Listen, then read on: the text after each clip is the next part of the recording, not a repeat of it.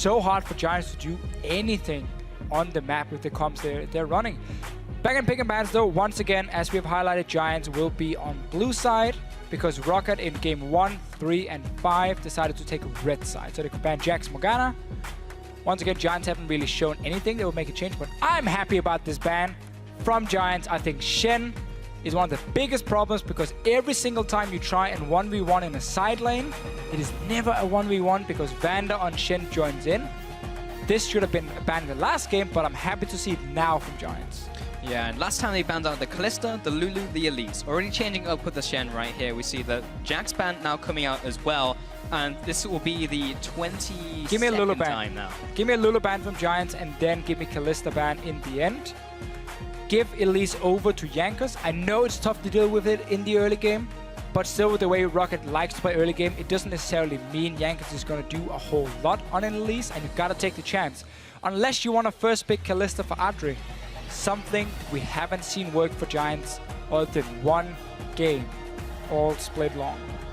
Yeah, he's played it 3 times, and as you mentioned, yeah, 1 win. So they could do that, but again, they're thinking hard about it. Only 7 seconds left. It will be Elise or Kalista here most likely, and then Roccat get the pick of the litter. It's going to be Fizz, okay, so leaving Kalista and Elise up. I mean, everything screams first pick Kalista from Giants with these bans coming in. Roccat banned Trundle in the last game because they were a little bit afraid maybe the Giants would run the Shen first pick and then Trundle later and have a very strong split push that way. You can still ban the Trundle now that Shen is gone, so it becomes a little bit more difficult to deal with him. But you also got to look at potentially Elise. Do you want to get rid of it? Seeing as the fact that Giants could first pick it, but I'm more expecting a Kalista, even though it would still surprise me because it is Adri who's going to play it for Giants.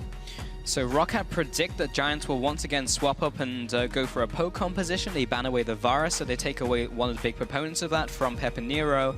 Those triple flex bans coming in from Giants means they can read Roccat a lot more easily in this champion select. What are we going to see? Is it going to be first pick Kalista?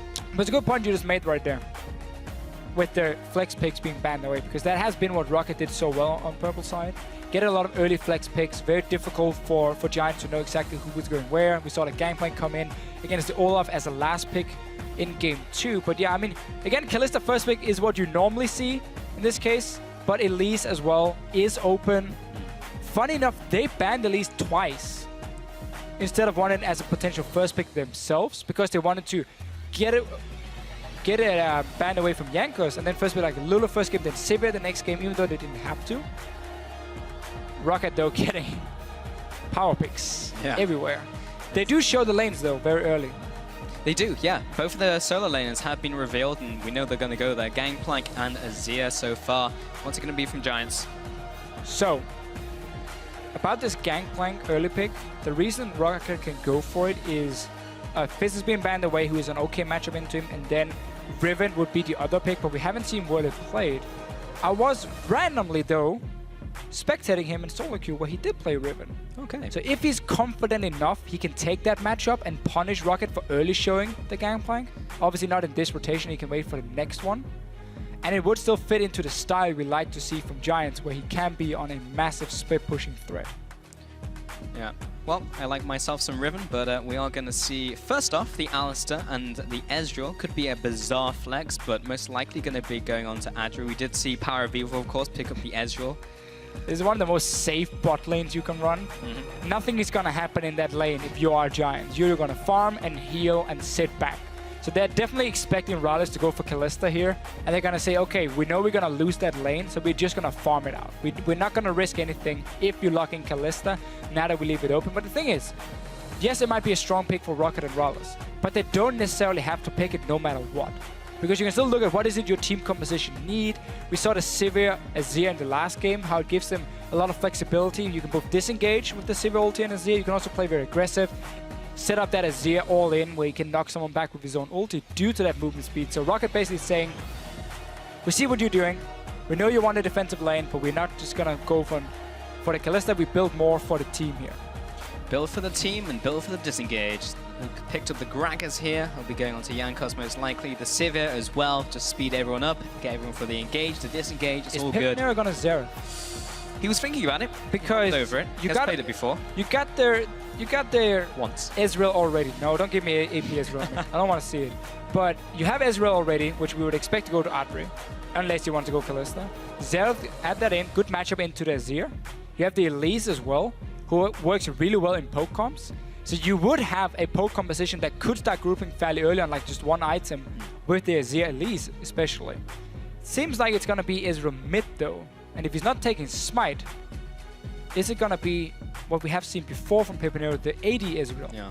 Trinity Force, Iceborne Gauntlet. Not Trinity, sorry, yeah. Yeah. Not Trinity Force. Their tier, Manamune build into Iceborne Gauntlet. Not sure why I thought that was a Trinity Force. Basically the same thing. But we did have the Maokai picked up. That's a Steve special. We'll be going up to Whirlip this time. So seeing him on a tank rather than a straight-up split pusher or a duelist. Of course, the ancestors were talking earlier about Mara and his big, Maokai carry. Haven't really seen anyone else in the world do that. So Whirlip going to be on a tank. A lot of physical damage from Giants, and it's a tank into a Gangplank. Roccat still has the last pick to say, okay, you guys are building obviously a double 80 carry setup, so we need something to reach that back line. Gangplank barrels, you have Azir buffed up by the Sivir. There are ways here for Roccat. With Annie Flash now, great pickup here. Really gives him a lot of options when it comes to reaching these 280 carries. Giants as well, if it is 80 Ezreal, which we are expecting now, seeing as he has played it before. Very physical damage focused. Elise tends to build Jogger Cinderhold. It's going really great now. Jogger more. Elise builds Jogger more. She builds Cinderhold. Obviously, very often in the jungle, so while the AP damage is fine in the early game, late game, you don't really care too much about it. Same for the Maokai damage. So a lot of armor stacking can happen on the side of Roccat with this Gragas at least. Obviously, Gangplank likes to build full damage, so he's not going to be that effective at shutting down. But double 80 carry against the amount of damage on the side of Roccat, and now engaged with both Gragas, Sivir, and Annie. I have to say that I really feel like Roccat has been winning out in this pick and ban phase again. Honestly, they have so many ways of dealing with double 80 carry here. Yeah, well, you just saw the coaches. Could be the last time for today that we see them shake hands. But as you mentioned, yeah, Roccat have a lot of tools to deal with what Giants have in this game. Got a lot of engage, got the Annie, but remember, keep us updated at LoL Esports. Tweet hashtag GIA win or ROC win. And will Roccat secure this week? Could be the 3-0 up against Giants. Another series, another best of 5 where they get swept. Would not be what the Giants want. Can they take one game? Again, they come in with the adaptations. Again, they come in with something different with this poke composition. Will it work? We're about to find out as we head into this potential last game. It is game 3 between Giants and Roccat. Just to update everyone, it is the AD Ezreal for Pepinero in the mid lane. Nukeduck as well running with teleport because Ezreal in the laning phase is not very strong. So you don't necessarily need a defensive summoner. And because what Giants have been building around so often has been split pushing, but not this case. This is a team fighting composition for Giants. Roccat on the other hand, doing exactly the same, just have the option because you have a Gangplank to split push. I'm a bit surprised though about the TP on Nukeduck. Jankos has found Pepinero. Pepinero may need to flash here, or he may just die for first blood going over to Steve. Picked up that Duran's Blade, and he'll be going back for probably another item before this is all done. And now the invade comes in from Roccat to get that vision. Love me some W early on Annie. Instant stun. Vander going for it, Pepinero not reacting in time. Second game though, we see a level 1 where someone dies fairly foolishly, honestly. Giants might look for a little bit more. Yeah, this could be a little dangerous. Vander did use his stun right there, and he landed on Whirlip. And Frederick and Whirlip are chasing him out of this jungle. Barrel comes down. That'll be the zoning barrel. And also gets taken out. 10 gold in the bank. So Roccat gets all the vision here early on. Giants, instead of trying to trade or mirror what Roccat is doing, wanted to take the fight. So they only got 1 ward here on the Grump. We'll give them some information on where the bottom lane is starting from Roccat or where the jungle is starting. But obviously not the same amount here. Roccat is basically trying to cover every single way, every single entrance toward that top side. And seeing as Whirlip didn't leave the lane yet, Roccat also saw that, and they're now invading in to stop this Grump from going down. Well, they did it last time, but it was against their counterparts. This time Frederick will smite it away.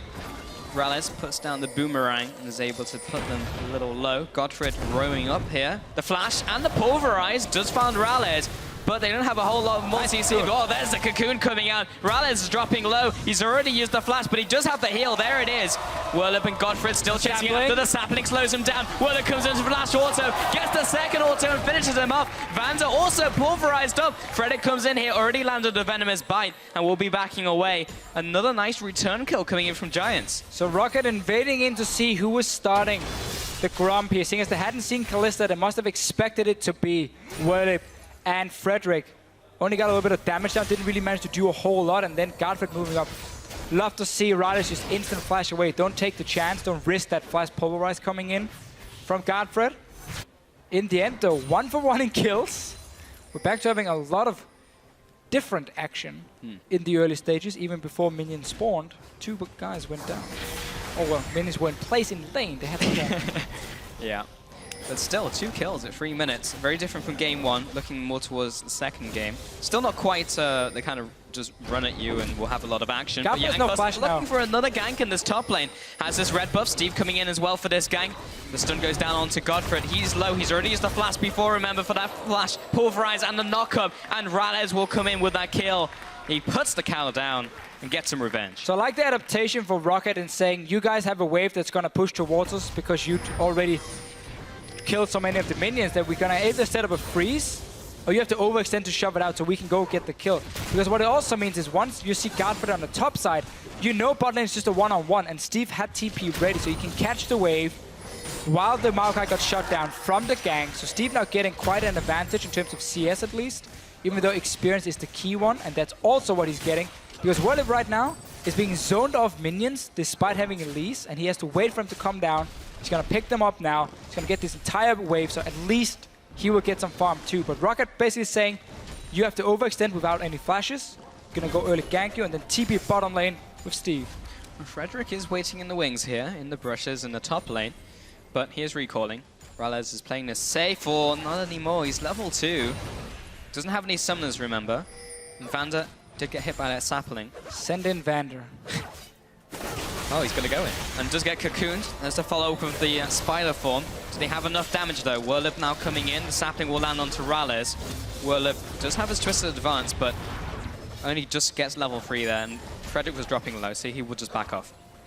So in the end, Frederick doesn't get anything. No summoners being blown. We're already down. So a lot of things been happening early on. A lot of flashes being blown. Adri's been down his bottom lane on his own, shoving it in. Couldn't get a freeze because... not really sure what he was doing at level 1 if he were in a situation where he could have frozen the wave, which is always... if you want to go defend top side and you can get an easy freeze at level 1 as an AD carry in the lane sub, do it.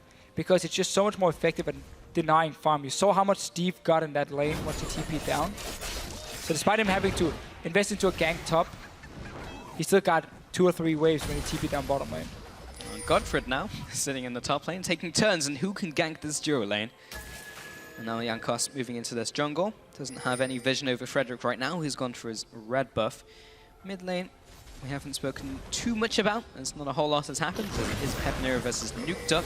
Has gone for that tier start, as you mentioned. Whirlup in the top lane, though. Twisted Advance goes onto Vander, and Jankos will find him with the body slam, keeping that barrel there. So Whirlup has to take the scenic route to get to safety, and going to the bush was not safety. Just another gank from Roccat. There's 0 wards being placed despite 2 trinkets being ready on the side of Giants. You have your support there as well. Someone needs to go out and invest into early vision. I wonder if Godfred went back and just only got boots. Let's see what happened here. Now ulti's up. Vander. Oh, whoa, whoa. But early boots from Godfred. So I wanted more so he could roam, but meant he couldn't afford any wards when he went back. And you still have a no-flash Maokai in a lane where he had to once again overextend for it, really making it difficult to defend him. Steve obviously not really going to do a whole lot in the one-on-one, but has been getting all the experience down here, level 5 for himself. Yeah, he's fine. He's ahead of Whirlup in terms of that, at least. And he does have that kill, of course. Basically equal farm. Rales so far has not been farming as well as Adri, since there's been a lot of people up there trying to stop him from doing just that. Adri, meanwhile, has just been in the bottom lane, basically uncontested CS up against Steve. And Rales and Vander will find themselves in the bottom lane once again. So I just went back and looked on my own screen here. Godfred did go back and just went for boots. 0 wards. Now he's doing exactly the same again. He's got Moby boots, so he really wants to have an impact on the map, but he provides 0 vision for his team.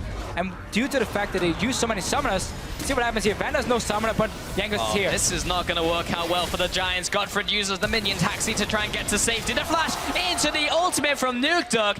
Again, takes it out. Godfred, he's only level 3, man. Level 7 is here. Yeah, now this is super under-level support who's gone full focus on mobility. Even though, as I mentioned before, so many summoners were blown. Now we might see another one. Oh, good cocoon in from Frederick. Did CC up Jankos. Those stacks are steadily building from Adri for this rend. Jankos needs to get out of here. Oh, body slam over the wall. Frederick looking for the execute. Gets him down with a venomous bite. Sinks those fangs in and picks up a kill. 1-0 over to Giants after all of that. So this time a good reaction from Giants. Had TP ready. Roccat opted to go for the dive. Very aggressive and honestly greedy play right here. Even though Steve could TP as well, still it opens up mid lane because Pipino never moved. It was Nuke who TP'd down bottom lane, joined in on that gang, turned it around. Roccat should have said, that's fine, we get a kill. Go back to our lanes because now Giants are getting so much damage on this mid tower. Yeah, Nuke should get here before they are able to take the turret, but still, it's a lot of damage Roccat didn't need on that middle turret going down. He's building towards the Nash's Tooth once again. Meanwhile, Pepinero has had that tier for a while, so he's busy farming that up, as you mentioned, for the Muramana, Last Whisper, all of that good stuff. Godfred came in for the headbutt. Will be flashed away by Ralez this time.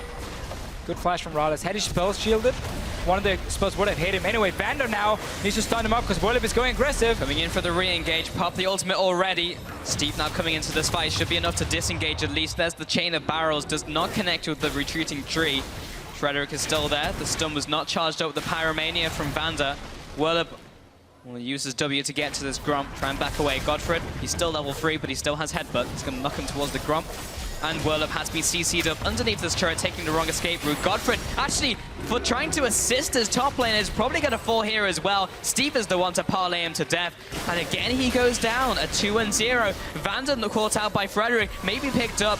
Has popped the Molten Shield. Ralez now coming into this fight. May pick him up. Repel comes up, comes in, gets the execute, takes him down with Q, but trades 1-for-1 and 3-for-1 overall in favor of Roccat. Can someone please respect the fact that teleports are in the game? We keep seeing both teams looking for dives where the enemy top laner can TP down and stop it and turn it around. First, Roccat did it, caused him a lot of damage in mid lane and a kill. Now Yank is going for Adri into the tower. Great barrel, also cleared out all of those minions, so immediately aggroed Adri. Jankos with the outplay. Just too easy though. Yeah. Clear out the minions, use the smite I believe in the end as well, and then just knock him into the tower when there's no minions left. You know it's gonna switch over to the AD carry. Adri not reading the situation, but really, then Giants down bottom lane saying, okay, now we're gonna go for a dive. After they forced a flash from Ralez, they could just take it and hit the tower, get a lot of damage on it. They wanted more. And that means Steve can now TP down, suddenly turn it around on the side of Roccat, more kills for them. Really some unnecessary dives from both teams. Just getting damage on the towers is more than enough. You don't have to always go for the kills. Feels like both teams are slipping a little in this one, in this third game.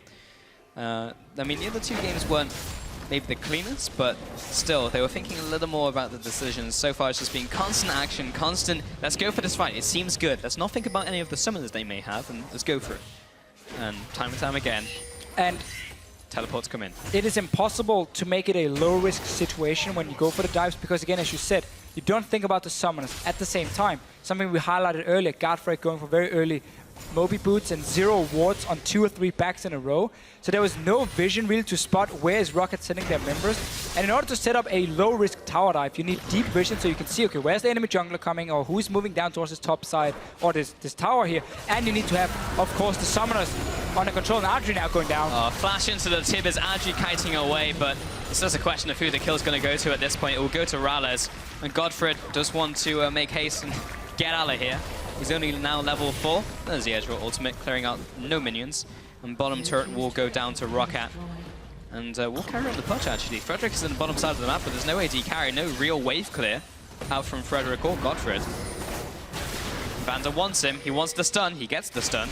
Jankos does not have his ultimate, though. And now they will make the way out. Maybe looking for Dragon. And when Roccat has made a mistake in this series, they maybe have given up a tower, maybe a kill. Before they gave up 1 kill and a lot of damage on mid tower, but never the same amount the Giants gives up whenever they make the mistakes. When they overcommit, it's like 2 or 3 guys dying, it's a tower going down, it's a dragon going down, because Roccat always sets themselves up a lot better for these fights here before they even start. And also it seems like Giants really overcommit. Godfred going down beforehand when he tried to help them out instead of saying, okay, well, if you're done, you're done, so just die. Instead, he walked in, tried to help him, ends up dying as well. Yeah. And really, for Giants, they just, again, just a step behind very often. Steve, in this top lane, has just been gradually accumulating kills with his TPs, has been farming away, having a pretty happy game, honestly, playing against a champion who's played oh so often in this split. And that means he can just get all of this farm, basically. Has picked up the Phase this time around. Last time picked up the Sheen first. Looking for the extra damage this time. Just trying to get slowly towards that Trinity Force. Frederick and Whirlup, seeing he's recalled, will go into this jungle. Maybe try and get some vision. And Yakas is in the top sides of the map. Just uses Smite. Not a real vision to get, because all you have is a Trinket Ward on the side of Maokai. Now Nukedog is going to join together with Jankos. Another fight. Oh, Whirlup CC's up. Vander's here as well for the party. There's the ultimate coming in from Azir. Takes him out. Vander's the one to pick up that kill. The body slam into the flash should be securing the second. Godfred comes in with a combo, but honestly, what's it going to do here? Not a whole lot. The jungle and the support were looking to follow after. 2-0 going over to them. And as you mentioned, what were Giants doing there? What could they achieve by going into that jungle? I think maybe they're trying to sneak down behind Nukedog and see if they can set up a kill. But your mid laner is an Ezreal who can't really assist you on it. Right. That's why we saw Godfred move in as well near the mid lane. But again, you have zero vision in the enemy jungle, so whenever you go for these aggressive plays, you have no clue who's showing up. You have no clue how many members are there. Vanda has a fantastic time again, roaming around. Now another fight in top lane. TP coming in from Nukedog. Here's Jankos as well. Whirlup, my friend. Oh, he's going to flash away, and Nukedog's going to say, okay, he's here. He's going to pick up the kill.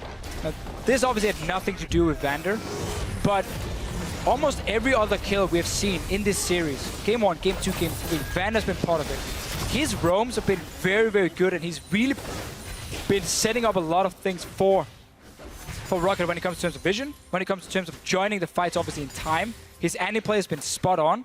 So far, he's been my MVP. Yeah, he's been honestly super strong through this series. I remember saying at around this time, last game, that Vander was 0-0-8, and he's basically the same here, 1-1 and 8 right now.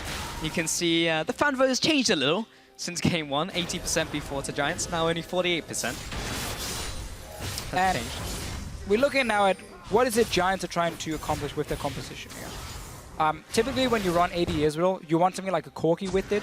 You get a bit of mixed AP damage, and you get a very strong spike in the mid-game, especially around 20-minute mark, where you have Trinity Force and Magic Penetration on Corki. You have, obviously, the stacked up tier, or close to stacked up tier in the Israel, and then add in a Sheen at least. So you have very strong spike on both these AD carries. You have a Kalista here, though. You don't want to siege with a Kalista at all. Like, Kalista is not a sieging champion. She wants to team fight this. She wants to skirmish a lot more. That doesn't really fit in with the Ezreal pick at all, from what Giants want to play. They obviously want to get into team fights, but it becomes a lot more tricky because Pipino needs a lot more time then. If it's not about the poke, if it's about an all-in team fight to match the damage of an Azir, it's never going to happen for him. So you're going to have these fights where Giants might look to try and kite quite a lot with this Ezreal here, and like Kalista always jumping back, but then suddenly Whirlup going to the front line with their Alistar is going to be with their Maokai, it's going to be very easy for Roccat just to zone him out. And this kiting should never happen against the flash tippers, against a flash body slam, ulti from Gangplank to slow them down. There's a lot of ways for Roccat to get onto Giants. This comp here really doesn't make a whole lot of sense, and it's just super difficult for Giants to play it out. I mean, I was going to say, it's difficult enough with this composition versus what Roccat are running, but they're also 8,000 gold behind. So trying to make that happen, if you get hit by one CC, okay, maybe we can back off, but that CC is going to hit, and that member is probably going to die from Giants before they get out of the CC. So it's going to be a challenge for them, and that was just another tower going over to Roccat. So again, just constantly getting objectives, constantly building up these advantages. Yeah, I mean, this goes back again to how risky and difficult it is to play this comp. You have zero proper wave clear. Right. Ezreal is not going to wave clear anything other than when his ult is ready, and he's AD, so he's not going to one-shot the wave. Kalista needs a Hurricane before she can fast push waves, but it's not reliable wave clear. You're against Azir, Gangplank, and Sivir. 3 champions who can instant shove waves, who can zone you off towers very, very effectively. You got attack speed, Nash's Tooth, you got attack speed from Sivir when you pop the W. Roccat can so easily take down towers in just a matter of a few seconds. And there's nothing to respond from Giants other than a hard engage. And in order for that hard engage to happen, it's obviously Whirly being there, potentially getting home guard on this Maokai, but when he engages in, the 280 carries don't want to follow. They want to stay in the back line, because if they get too close, everything on the side of Roccat is basically going to one-shot them. So you have this weird combo where Maokai goes in to stop the push, and the 80 carries step backwards to avoid getting one-shotted, and then suddenly you just zone out the Maokai, worst case, and just kill him. Well, Willip has identified that he needs to be the engager, he needs to get in, but he doesn't have those boots yet, so he can't upgrade to the home guards and get those home guard teleport plays happening. He has gone for the first item, Righteous Glory. Remember that did take a hit in terms of numbers. We typically see top lanes who run that go for like a defensive item first, like a component of like a Frozen Heart or a Spectre's Cowl, something like that, but has gone for that immediately, so he's able to get that extra movement speed, try and go for these engages, but so far we haven't really seen Giants group up and go for an engage. It's always been them getting caught out, someone dying, going into a fight that's already basically lost. It was too early for them anyway to group up. I mean, they needed more time on the Ezreal in the mid lane really to start it's only 18 scaling minutes. up. So, like, when you have Kalista, you obviously bank on the fact that you can win the early game as well, at least your lane, with how strong Kalista can be. And then you have this very, very good skirmish with the Blade of the Ruined King, where you can duel most 80 carries. But that was never a thing, because Giants fell so far behind, where White's like, once again making some very aggressive calls that got spotted by Roccat. They got a few kills from it, and then suddenly we even see Jankos solo out the Kalista up in top lane. And like, we never got to see that dual power. And now suddenly, we have 280 carries sitting in mid together trying to share farm, which means nobody's really happy. Because nobody wants to share as an 80 carry. You want to get solo farm, and now Rocket's just going to engage. Yeah, Rallis is going to click hard, and the rest of the team is going to follow. Flashes over the wall, looking for Peppy, gets him, and takes him down. Nuke looking for the follow-up as well onto Frederick. And that forces yet another flash. Giants just losing summoners, losing ground. And now the middle turret is going to be pushed in. There's one minion is going to die. Another wave of minions on the way, ready to get killed by this tower. So allow Roccat to push it. But you mentioned it, the Zir, the Sivir, how quick it is for them to smack it down. I mean, even Gragas can add in some bonus damage from the tower. Yeah, a rise from Nuke Duck, even just a lot of damage. It's honestly insane. That tower died so quickly. Steve in the bottom lane wasn't even there. Remember, he has his passive, which also applies on turrets, 50%, but still it's true damage. Pepinero coming back out of base, and you know, we have that question, is Pepinero going to turn up? Because we've seen a downward trend from him, and like, he hasn't done badly, but there's been a lot of decisions as a team that has just not really allowed him to get into the game. I mean, the Diana game as well, he got camped and wasn't able to do a whole lot, and also died a lot. Sure, I mean, it's not just him, obviously. As a team, Giants really struggled to enable Pepinero, but his own champion pool, we have to highlight it, is a problem. I mean, I feel like all the EU mid laners who cannot play like a Zia Victor already put yourself in a disadvantage in the pick and ban phase. I mean, the Victor pick here has been huge for Nuke Dog in first game 1 now. Again in game 2, even though he's not been the big carry in this game, the fact that he is an Azir just gives him so much more. I mean, they say he's not been the big carry. He's done some fantastic plays. He's a Flash Tibbers, by the way. Flash Tibbers and a dead Ezreal. Brutal. Yeah, but as you mentioned, yeah, 0-3 on that pick from Pepinero. It just, every Victor game hasn't worked out. And if you can't play it, then yeah, you're hamstrung in Champions League. And then you gotta go for something like an AD Israel suddenly, which is a poor matchup into Azir in the first place and just doesn't fit into anything. Really makes it so difficult for Giants. Anyhow, praise to Roccat for how well they're playing out, especially this game. They had one poor dive in the bottom lane.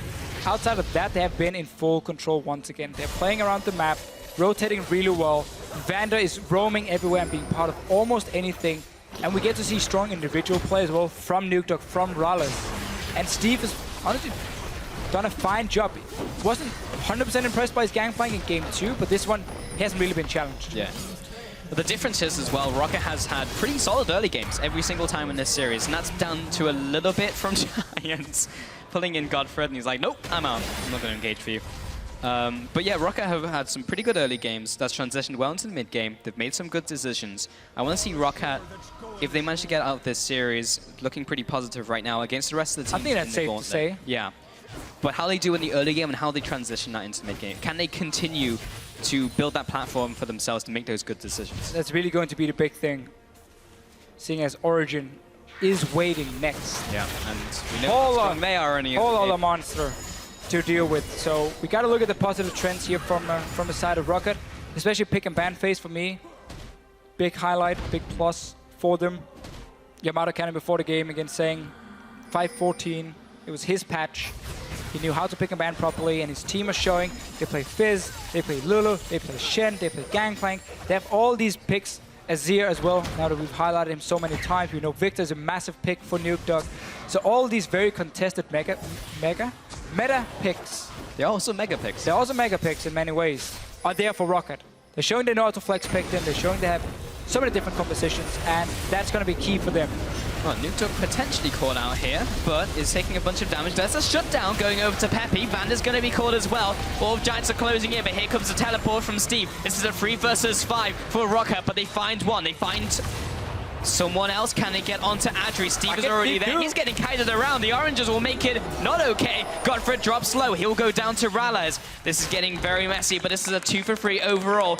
Whirlip is being chased down by Jankos. He wants him. This is going to take a while if he wants the kill. Well, Ralez is going to join as well, but sloppy start from Roccat. Nuke didn't flash away. He decided to stay in and fight and see what he could do, but getting caught out a little bit on the side of Roccat.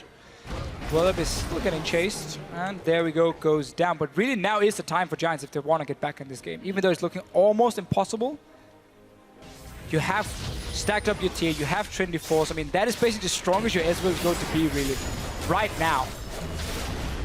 But your Kalista is still very far behind.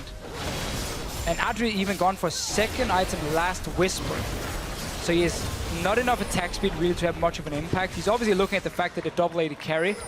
Still don't agree with it because it's only the Gragas who's going to stack armor on the side of Roccat. That should have been a Hurricane.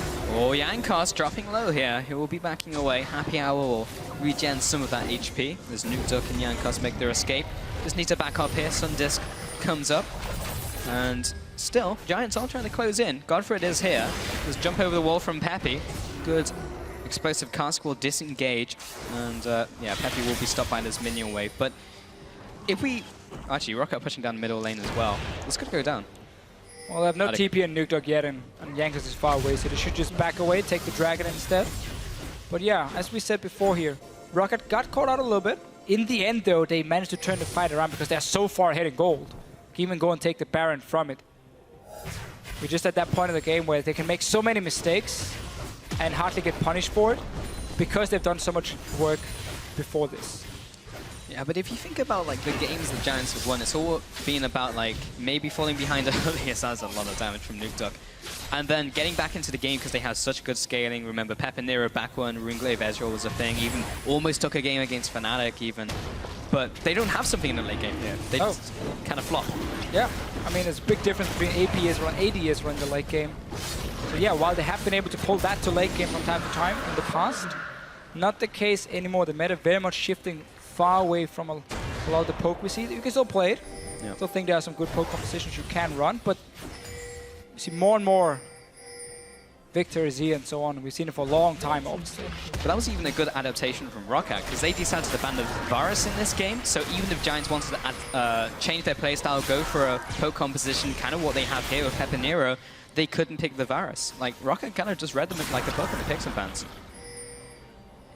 Definitely so. And getting all the picks they wanted on their side. Gangplank is here, first rotation, this one. Pushing on to the tower, there's a TP behind. This is the fight for Giants to win. Yeah, Godfred is still on the front lines. He's dropping low. Still the Unbreakable Will is up. Whirlip was there and Whirlip is gone very quickly. Adri also taken down as he flashes away. Pepinero will be getting away with the Arcane Shift, but he's chased into his own jungle, gets slowed down. Nuke takes him out of the Sand Soldiers. Ralez picking up that one. A 3-0, and it looks like Roccat are coming in for the Jugular. Got the minions, they got the time. 3 guys down from Giants, and Roccat really looking dominant in this game. Here it is, Deficio. The first tower going down, there's the second. No one can contest from Giants, and they will be moving on to the Nexus. Roccat, they clean sweep this series. 3-0 up against Giants. They take the win home.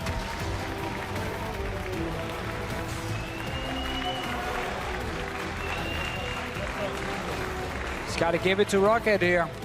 Full control. In this game, entire time basically, outside of one tower dive. Game 1 and Game 2, after they got out of the early game, Roccat had the goal lead. They had the map control, great vision from Vander and Jankos together. All 3 games, Roccat using it very well.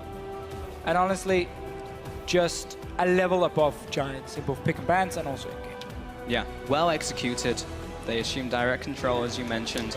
Going to be very interesting to see how they fare in the rest of the gauntlet now in the regional qualifier. Well, tomorrow's Origin. It's next, and it's going to be a big challenge. The thing is, it's so difficult now for the teams starting all the way down here, Giants and Roccat, because even, yeah, you win the first best out of 5, well, then tomorrow you play another one.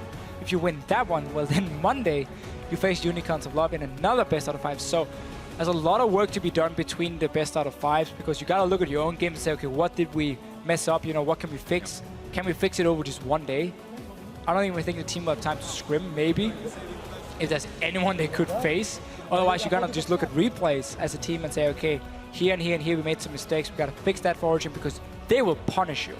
They will absolutely destroy you if you make mistakes in the early game. They are the favorites, Origin, to take the whole thing and go to Worlds. But the pick and ban phase for Roccat is spot on right now. They have the champion pools for it. Yep. And in-game as well, we saw a lot of positive things for them. We saw a lot of positives for them, and you know, we were talking so much about the early game and how they transitioned to the mid game. That caused a lot of inconsistency for them over the season. They seem to have fixed those in this series at least, but they're also helped by the fact that Giants fell behind early.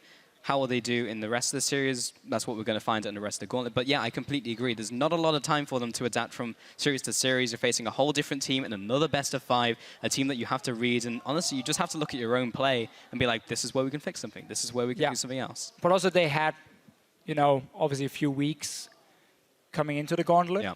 They just didn't know who they would be facing in the second round if they beat Giants. Because Origin obviously didn't get locked into this spot before they lost the final, and H2K won the 3rd place match, so they went straight to Worlds. And that's why you you had a whole week basically to prepare for Origin. Everything should have been done and sorted for Giants already. So I expect to see a well-prepared Roccat. Also, I think they are one of the teams doing a very good job when it comes to setting up before these series here. It's just going to be so different. Again, the few mistakes we get to see from them in this match, it cannot happen. You got to play it out almost flawless. We saw it again when Fnatic made mistakes against Origin. They got punished and ended up losing the games. And Fnatic had been such a dominant team in Europe. So we're going to see a very different game. But I'm very excited to see the best out of 5 tomorrow, because those two teams definitely should bring on a good series. I still think Origin will be the heavy favorites, obviously.